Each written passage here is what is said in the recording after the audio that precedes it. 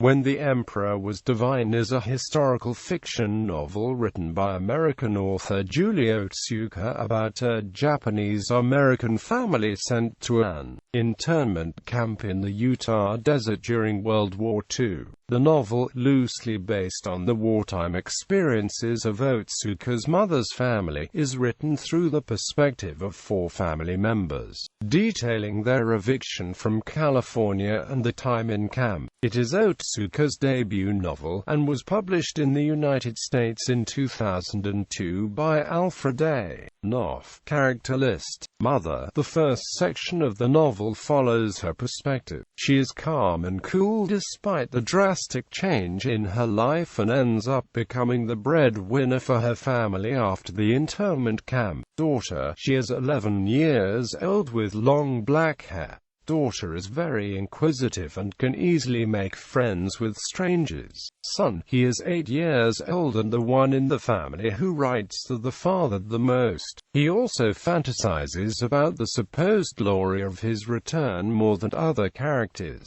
Father. He is put in an internment camp before the rest of the family. Upon return from the camp he is listless and unable to return to the life he had before.